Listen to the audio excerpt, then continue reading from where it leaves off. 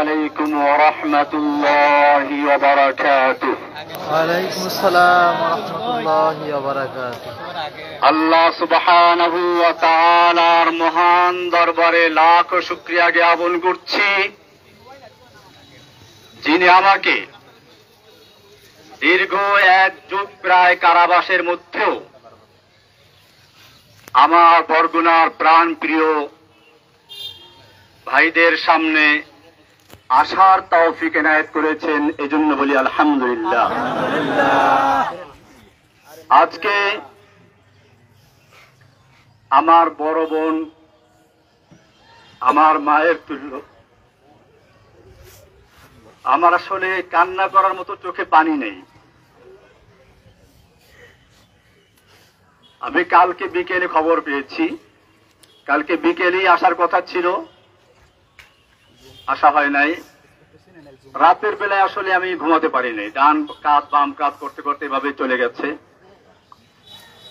আপনারা জানেন আমি বরগুনা এসেছিলাম 2013 সালে আগস্টের 10 তারিখে। বাংলাদেশের বুকে, বাংলাদেশের জনগণের বুকের উপরে একটা স্বৈরাচারী শাসক জগদ্দল পাথর বসেছিল। আমি তার একটা বক্তব্যের প্রতিবাদ করেছিলাম। সে বক্তব্য দিয়েছিল, মা দুর্গা দেবী প্রতি বছর কোনো না কোনো বাহনে চড়ে আসে, এবার এসেছে গজে চড়ে, আর গজে চড়ে আসলে দেশে ফসলে ভরে যায়। আর বাস্তবে তাই হয়েছে, এবার ফসল বেশি হয়েছে। একটা হিন্দু যদি এ কথা বলতো আমার কোন আপত্তি ছিল না, তাদের আকীদা তারা পেশ করবে।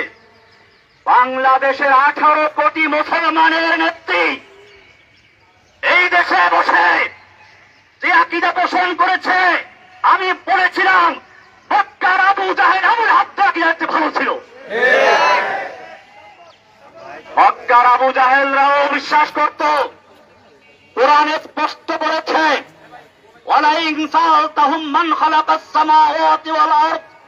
হে নবী, আপনি যদি মক্কার আবু জাহেল আবুল হাবদেরকে জিজ্ঞাসা করেন কে সৃষ্টি করেছে আসমান এবং জমিন, ওয়ালাইন সাআলতাহুম মান নাযালা মিনাস সামাই মান, যদি মক্কার আবু জাহেল আবুল হাবদেরকে আমি জিজ্ঞেস করো কে আসমান থেকে পানি বর্ষণ করে, ফাহিয়া বিহিল আরদ মিন বাদি মাউতিহা, অতঃপর সেই পানির মাধ্যমে মৃত্যু জমিনকে জীবিত করে ফসল উৎপন্ন করার শক্তি দেয় কে? আল্লাহ বলছেন, লায়াকুলুন্নাল্লাহ। মক্কার কাফেররা অবশ্যই বলবে যে আল্লাহ এগুলো সব করেন। যেখানে মক্কার আবু জাহেল আবুল আহাবরা পর্যন্ত বিশ্বাস করত বৃষ্টি দেওয়ার মালিক আল্লাহ, রিজিক দেওয়ার মালিক আল্লাহ, সেখানে বাংলাদেশের মুসলমান দেশের প্রধানমন্ত্রী বলেছিল মা দুর্গা দেবী গজে চড়ে এসে বলে ফসল বেশি হয়েছে। আমি তার প্রতিবাদ করেছিলাম, তার হিংসার কারণে আমাকে গ্রেফতার করেছিল। আপনারা জানেন আমার জামিন হয়েছিল, আমাকে হাইকোর্ট থেকে জামিন দিয়েছে, কিন্তু হাসিনার কোর্ট আমাকে জামিন দেয় নাই। আমাকে জেল গেট থেকে নিয়ে 2 দিন রেখে আবার গ্রেফতার করে ভিতরে দিয়ে দেয়। এখন আমি সেই মামলায় কারারুদ্ধ আছি। ভাইয়েরা আমার, আপনারা জানেন আমি ঈদের সময় বাড়িতে বেড়াতে এসেছিলাম। আমি কোনো দল করি না, আমার প্রত্যেকটা লেখা এবং বক্তব্যে বলা আছে আমি একজন মুসলিম। কোরআন আমার পরিচয় দিয়েছে, হুয়া সাম্মাকুমুল মুসলিমিন। আমি সেই মুসলিম পরিচয় দিয়ে চলেছি। আমার নামে একটা দল তৈরি করে কখনো বলা হয় আমি নাকি তার আধ্যাত্মিক নেতা, কখনো গুরু, কখনো প্রধান, কখনো আরতি। সাংবাদিক ভাইদেরকে আমি জিজ্ঞেস বলতে চাই, আপনারা ভালো করে দেখুন, জসিমউদ্দিন রহমানী গ্রেফতার হওয়ার আগ পর্যন্ত আনসারুল্লাহ বাংলা টিমের কোন দলের নাম করলে কানেও শুনে নাই। আমি চ্যালেঞ্জ করে বলি, বাংলাদেশে আনসারুল্লাহ বাংলা টিম নামে কোন দল নাই। এটা শেখ হাসিনার তৈরি করা। আপনারা জানেন সূরা কসাসের শুরুতে পড়বেন, কোরআন বলছে ফেরাউন সম্পর্কে আলোচনা, সেখানে বলেছে ফেরাউন কি করত, ওয়াজআলা আহলাহা শিয়া, ফেরাউন তার জাতিকে বিভিন্ন দলে দলে বিভক্ত করত, ইস্তাযইফু তাইফাতাম মিনহুম, তাদের একটা গ্রুপকে সে দুর্বল করে রাখত। শেখ হাসিনা সেই ফেরাউন, এই যুগের ফেরাউন হাসিনা বাংলাদেশের জনগণকে কেউ রাজাকার, কেউ আনসারুল্লাহ, কেউ অমুক তমুক বিভক্ত করে সে তার শাসন পাকা করতে চেয়েছিল। আপনারা জানেন এই সর্বশেষ যে আন্দোলন, এটা কোন দলের আন্দোলন ছিল না, এটা ছিল বাংলাদেশের ইতিহাসে এমন এক আন্দোলন যেখানে হিন্দু, মুসলিম, বৌদ্ধ, খ্রিস্টান, ছাত্র, মাদ্রাসা ছাত্র, আলিয়া, কওমিয়া, ডানপন্থী, বামপন্থী কোন ভেদাভেদ ছিল না, সব একাকার হয়ে ময়দানে অবতীর্ণ হয়েছিল। আপনারা জানেন, আমার মনে পড়েছে জেলখানায় বসে যেদিন শুনলাম হাসিনা পালিয়েছে। আলাম তারা কাইফা ফাআলা রাব্বুকা বিআসহাবিল ফিল, আল্লাহ বলছেন আপনি কি দেখেন নাই হাতি বাহিনীর সাথে আল্লাহ কি আচরণ করেছিলেন? হাতি বাহিনী হাসিনা নামাতে চেয়েছিল, সাজওয়াজান নামিয়ে দিয়েছিল। আল্লাহ বলছেন আলাম ইয়াজআল কাইদাহুম ফি তাদলিল, তার এই জঙ্গি জঙ্গি খেলার চক্রান্ত আল্লাহ কি ব্যর্থ করে দেন নাই? ওয়া আরসালা আলাইহিম তায়রান আবাবিল, আল্লাহ বলছেন আব্রাহাকে ধ্বংস করার জন্য ঝাঁকে ঝাঁকে পাখি পাঠিয়ে দিয়েছিলেন। তৈরান মানে পাখি, আবাবিল মানে ঝাঁকে ঝাঁকে, আমার দেশে বলা হয় আবাবিল পাখি। আমি তখন মনে করলাম এই প্রাইমারি স্কুলের ছাত্র, হাই স্কুলের ছাত্র, নাবালক শিশু পর্যন্ত যখন ময়দানে ছাড়িয়ে পড়েছে, এটা আল্লাহ সেই আবাবিল পাখি চলে এসেছে। হাসিনার কোনো ক্ষমতা ছিল না মোকাবেলা করার মতো। আমি ধন্যবাদ জানাই বাংলাদেশের সেনাবাহিনীকে সময় মতো পদক্ষেপ নেওয়ার জন্য, যে তারা কোন দলে আনুগত্য না করে বাংলাদেশের জনগণের পাশে দাঁড়িয়েছিল। আমি বাংলাদেশের পুলিশ ভাইদেরকে বলবো, আপনাদেরকে জোর করে ব্যবহার করেছে আমরা জানি, আপনাদের দোষ না। আমি সেজন্য আজকের এর মাধ্যমে সারা বাংলাদেশের মুসলিম অমুসলিম সমস্ত মানুষকে বলতে চাই, আপনারা কোনো ফাঁদে পা দিবেন না। এখন বড় কঠিন মুহূর্ত চলছে। আপনারা দেখেছেন ভারতের মিডিয়ায় প্রচার হচ্ছে বাংলাদেশে হিন্দুদের মন্দির জ্বালিয়ে দেওয়া হচ্ছে, হিন্দুর বাড়িঘরে আগুন লাগানো হচ্ছে, এই সমস্ত অপপ্রচার হচ্ছে। খবরদার, আমি আপনাদেরকে কঠোরভাবে বলছি, কোন হিন্দুর উপরে আক্রমণ যেন না হয়, কোন মন্দিরকে আগুন দিতে না পারে, সেজন্য আপনাদেরকে অতন্ত্র প্রহরে পাহাড়তে হবে ইনশাআল্লাহ। ভাইয়েরা আমার, আপনারা জানেন আমরা কোন বিশৃঙ্খলা পছন্দ করি না। আমরা চাই আল্লাহর নবী যেরকম ভাবে মক্কা বিজয়ের পরে যখন তার সামনে সাহাবায়ে কেরাম 10,000 উন্মুক্ত তরবারি নিয়ে বসে আছেন, একটা ইশারা করলে সব গর্দান গুড়ের যায় মক্কার কাফেরদের। মক্কার কাফেররাও এসে হাজির হয়েছে সামনে। আল্লাহর নবী জিজ্ঞেস করেছিলেন, ওহে মক্কার কাফেররা, তোমরাই তো সেই লোকগুলো যারা আমাকে হত্যা করার জন্য ঘেরাও করেছিলে, তোমরাই তো সেই লোকগুলো যারা আমার বিলালকে উত্তপ্ত রৌদ্রে শুয়ে রেখে নিচে আঙ্গার দিয়ে উপরে পাথর চাপা দিয়ে রেখেছিলে, তোমরাই সেই লোকগুলো যারা সুমাইয়া রাদিয়াল্লাহু তাআলা আনহাকে লজ্জাস্থানে বর্ষা দিয়ে আঘাত করে হত্যা করেছিলে, তোমরাই সেই লোকগুলো যারা আম্মার ইবনে ইয়াসিরকে বন্দী করে নির্যাতন করেছিল। কিন্তু আজকে তোমাদের আমি জিজ্ঞেস করতে চাই, তোমরা আমার থেকে কেমন ব্যবহার আশা করছো? মক্কার কাফেররা বলেছিল, একজন উত্তম ভ্রাতার কাছ থেকে যা আশা করা যায় তাই আশা করছি। আল্লাহর নবী বলেছিলেন, আজকে আমি সে কথাই বলছি যা আমার ভাই ইউসুফ আলাইহিস সালাম বলেছিলেন তার ভাইদেরকে নাগালে পাওয়ার পরে। আল্লাহর নবী বললেন, লা তাসরিবা আলাইকুমুল ইয়াউম, আজকে তোমাদের বিরুদ্ধে আমাদের কোনো ক্ষোভ নাই, কোনো প্রতিশোধ নেওয়ার ইচ্ছে নেই। যাও, ইযহাবু আনতুম তারাকা, আমি তোমাদের সকলকে সমানভাবে আমভাবে ক্ষমা ঘোষণা করছি।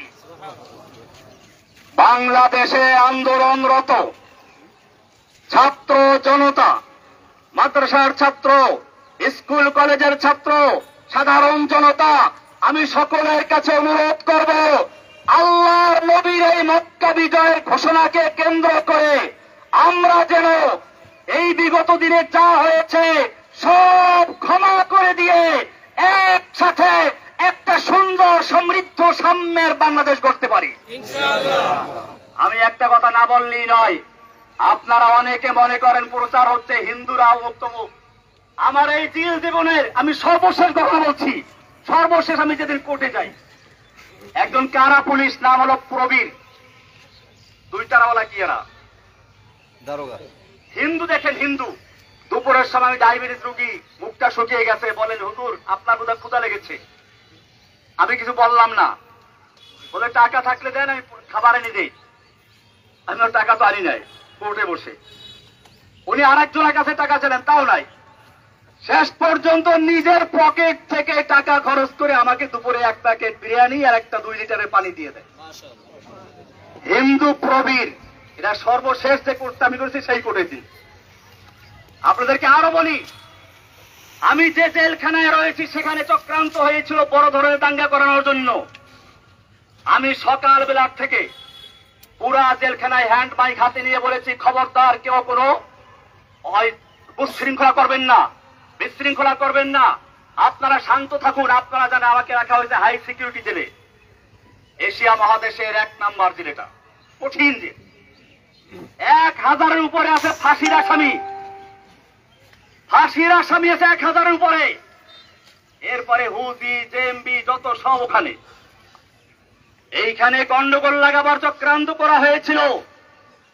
আমি হ্যান্ড মাইক দিয়ে সকালবেলা ঘুরে ঘুরে প্রত্যেকটা বিল্ডিং এর সামনে গিয়ে বলেছি, কেউ উচ্ছৃঙ্খলা করবে না, আমি আপনাদের জন্য মুক্ত হলে পরে আপনাদের জন্য মুক্তির ব্যবস্থা করবো ইনশাআল্লাহ। সবাই আমার কথা মেনে নিয়েছিল। কিন্তু কে বা কারা উস্কানি দিয়ে কিছু কয়েদিদেরকে লেলিয়ে দিয়েছে এখানে আক্রমণ করার জন্য, বিশেষ করে আমি যে বিল্ডিং ছিলাম সেখানে আক্রমণ করার জন্য। কারণ কি? কারণ ছিল এই আন্দোলনটাকে একটা জঙ্গি রূপে আকৃতি দেওয়ার জন্য। আমি গোয়েন্দা বিভাগের ভাইদেরকে বলবো, ঢাকার high security, Kashimpur high security পরিবেশ শান্ত হওয়ার পরে এই কয়েদিদেরকে লেলিয়ে দিয়েছিল কারা হাজতের উপরে। যদি সেদিন আমি জীবনের ঝুঁকি নিয়ে বাধা না দিতাম তাহলে সেখানে কারবালার ময়দান হয়ে যেত। কারণ হাজতেরা নামলে পরে ওই কয়েদিদেরকে খুঁজে পাওয়া যেত না। এই চক্রান্ত কারা করেছিল আপনাদের খুঁজে বের করতে হবে। এই চক্রান্ত শুধু জেলখানার ভিতরে না, আপনারা শুনুন, আমি যেই ব্লকে থাকি, অর্থাৎ ব্লক বলতে একসাথে 7টা রুম, আমি সবসময় একাই থাকতাম এক ব্লকে। কিছুদিন আগে বন্দি বেশি হয় আমার ওখানে, ওই যে প্রশ্ন ফাঁসের আসামি অজেদান আবেদানি, ওর সাথে আরো কয়েকজন দেয়, আমি হিন্দু একজন আসামি আছে হিন্দু। আমি বললাম, খবরদার তুমি যে হিন্দু রাজধানী কেউ বুঝতে না পারে। আমি ওর নাম রেখে দিলাম আব্দুর রশিদ, এখন আমার পাশেই আছে, আসার সময় দেখা করে আসছি, যাতে করে তার কেউ ক্ষতি করতে না পারে। আমার বড় ভাই এখানে আছে, আমি ছোটবেলায় দেখেছি। আমার বড় ভাই আছে এখানে, এদিকে মাস্টার সাহেব দিকে আইয়ুব আলী বড় ভাই, হিন্দুদের ঘনিষ্ঠ বন্ধু। আমি দেখেছি ছোটবেলাতে আমাদের পাশের গ্রাম হল হিন্দু। এই হিন্দুরা ওনার সাথে কি সম্পর্ক আছে, বিপদ আপদে বললে তো উড়ে আসে আইয়ুব আলী ভাইয়ের কাছে। এইভাবে আমরা পারিবারিক ভাবে হিন্দুদেরকে কখনোই পর মনে করি নাই। আমি বাংলাদেশের সমস্ত ভাইদেরকে বলবো, আমার এই আওয়াজ যে প্রান্তে পৌঁছে, হিন্দু মুসলিম আমাদের কোন বিভেদ থাকার দরকার নেই, আমরা বাংলাদেশী। আমি ইন্ডিয়াতে পড়াশোনা করেছি, দেওবন্দের আর উল্লেখযোগ্য ছাত্র আমি দেওবন্দে পড়াশোনা করেছি। ইন্ডিয়াতে হিন্দুদের বিভিন্ন বাগানে গিয়ে ফল খেতাম। হিন্দু দাদারা আমাকে বলতো, খালো খালো ভাই, খেতে চাই খালো, লেনা নেই, যত চাও খেয়ে নাও, নিতে পারবা না। এরকম আমি সেই সংস্কৃতির শিক্ষাপ্রাপ্ত লোক। আমাকে হাসিনা সরকার তার ব্যক্তিগত আক্রোশের কারণে সারা বাংলাদেশে নয় সারা বিশ্বে আমাকে জঙ্গি বলে চিহ্নিত করে একেবারে প্রচার করেছে। আমি আপনাদেরকে, সাংবাদিক ভাইদেরকে বলতে চাই, বাংলাদেশে আমি যখন বরগুনা এসেছিলাম, গ্রেপ্তার বরগুনাতে হয়েছিলাম, আমি বরগুনার বড় মসজিদ, কেন্দ্রীয় মসজিদ সদরঘাট, এই সদরঘাট মসজিদের খতিব ছিলাম। শুক্রবার দিন, জুমার দিন, ঈদের মতো, লোকসভা মতো বরগুনার কোন লোকে বলতে পারবে আমি কোন জঙ্গি কর্মকাণ্ডের সাথে জড়িত ছিলাম? তাহলে আমাকে কেন এই পরিচয় করানো হলো? কারা করিয়েছে? আল্লাহ তাআলা ছাড়ে না। ইন্না বাতশা রাব্বিকা লাশাদীদ। যেই অহংকারী, যেই ফিরআউন, যেই দাজ্জাল কয়েকদিন আগেও বলেছিল হাসিনা পালায় না, সে ব্যক্তি পালিয়ে গেছে। এটা আল্লাহর দেওয়া শিক্ষা। আমি একটা কবিতা তৈরি করেছি, যা আল হাক্কু ওয়া যাহাকাল বাতিল ইন্নাল বাতিলা কানা যাহুকা। ফিরআউন আয়ে, হামান আয়ে, হাসিনা আয়ে, কৌয়া আয়ে, नानक आए, जालिम जाबिर सुल्तान आए, जितने जितने शैतान आए, सबको हुई रुसवाई हासिल। जाअल हक्कु व ज़ाक़ल बातिल इन्नल बातिला काना ज़हूक़ा। যুগে যুগে যত ফিরআউন দুনিয়াতে আগমন করেছে, আল্লাহ একটু ঢিল দিয়ে দেখে কত দূর যেতে পারে। যখন তার যাওয়ার সীমানা অতিক্রম করে, আল্লাহ এমন ভাবে ধরে, তখন তার পালিয়ে যাওয়ার জায়গাও থাকে না। ইন্না বাতশা রাব্বিকা লাশাদীদ। নিশ্চয় আল্লাহর ধরা বড় কঠিন। ভাইয়েরা আমার, আমি অনেক কথা বলে ফেলেছি। আমার সর্বশেষ কথা এটাই, এই যে বিজয়টা হয়েছে, এই যে বাংলাদেশের স্বাধীনতা অর্জন হয়েছে নতুন করে, এই স্বাধীনতা অর্জনে যে সকল ছাত্র ভাইয়েরা, বিশেষ করে আবু সাইদ, সেই রংপুরের আবু সাইদ, যে ব্যক্তি নিজের বুকটাকে টান করে দিয়ে গুলির সামনে নিজেকে পেশ করে দিয়েছিল, আমার মনে পড়ল সেই ইংরেজ তার ইতিহাস। দারুল উলুম দেওবন্দের শাইখুল হাদিস হোসাইন আহমদ মাদানী রাহমাতুল্লাহি আলাইহি একবার ইংরেজের বিরুদ্ধে আন্দোলনে এক ময়দানে ভাষণ দেওয়ার কথা ছিল। দিল্লি লাল কেল্লার সামনে ইংরেজ সরকার ঘোষণা করেছিল দেখা মাত্র গুলি করতে হবে।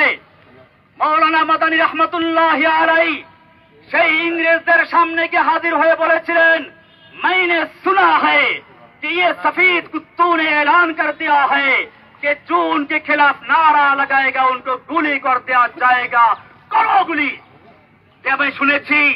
আমি শুনেছি এই সাদা কুকুরের দল ঘোষণা করেছে যে ব্যক্তি এখানে বক্তব্য রাখবে তাকে গুলি করা হবে। আমি মাদানী হাজির হয়েছি, করো গুলি। এই বলে যখন তিনি ধিক্কার দিয়েছিলেন, সমস্ত পুলিশের হাতের রাইফেলগুলো ঝরঝর করে পড়ে গিয়েছিল। সেই ইতিহাস আর একবার পুনর্জীবিত করল আবু সাইদ, ফারহান ফাইয়াজ, এরকম আরো কত তাহমিদ, আরো কত ছেলেরা। আমি সেই ছেলেদেরকে আপনাদেরকে বলি, সেই আবরার নাম বললেন না, আবরার ফাহাদ, আমি বলতে এখন আর ভয় নাই, আগে ভয় পেতাম। আবরার ফাহাদের হত্যাকারী যারা, ওরা আমার পাশে একবার ছিল। এখন তাদের 5টা ছেলে পুরো কোরআনে হাফেজ হয়েছে। আপনি দেখতে বুঝবেন না যে তারা বইটার ছাত্র, তারা এখন মাদ্রাসার ছাত্র। আমি নিজেই কয়েকদিন আগে দেখছি একজনকে দেখা করতে আসছে। আমার ভাইয়েরা, এদেশের সন্তানদের দোষ না, পুলিশের দোষ না, আওয়ামী লীগ যুবলীগ ওই ছেলেদের দোষ না। দোষ হচ্ছে কিছু লিডারদের, কিছু নেতা নেত্রীর, যারা এদেশের যুবকদেরকে, এদেশের পুলিশদেরকে, এদেশের সৈন্যদেরকে নিজেদের স্বার্থে ব্যবহার করতে বাধ্য করে। আমি আমার বাংলাদেশের তরুণ ভাইদেরকে বলবো, তোমরা জীবন দিতে শিখেছ, ইনশাআল্লাহ যে জাতি জীবন দিতে শিখে সেই জাতিকে কেউ দাবিয়ে রাখতে পারে না। সব গুরিজা হো গিয়া আখির, সব গুরিজা হো গিয়া আখির, চলওয়ে খুরশিদ সে ই চমন মামুর হোগা নগমায়ে তাওহীদ সে। রাতের আধার কেটে যাবে পূর্ণিমার চাঁদের আলোকের ঝলকানিতে। এই জমিন আবার আবাদ হবে তাওহীদের আওয়াজে ইনশাআল্লাহ। ভাইয়েরা আমার, আমি আপনাদের কাছে দোয়া চাই, আল্লাহ যেন আমাকে এবং আমার সঙ্গে আরো যে ভাইয়েরা আছে সকল ভাইদের মুক্তি আল্লাহ তাআলা ত্বরান্বিত করেন। জোরে বলেন আমিন। আমরা জানাজা এসেছি আমার বড় বোনের মৃত্যু। আমার এই বড় বোন মূলত মায়ের মতোই।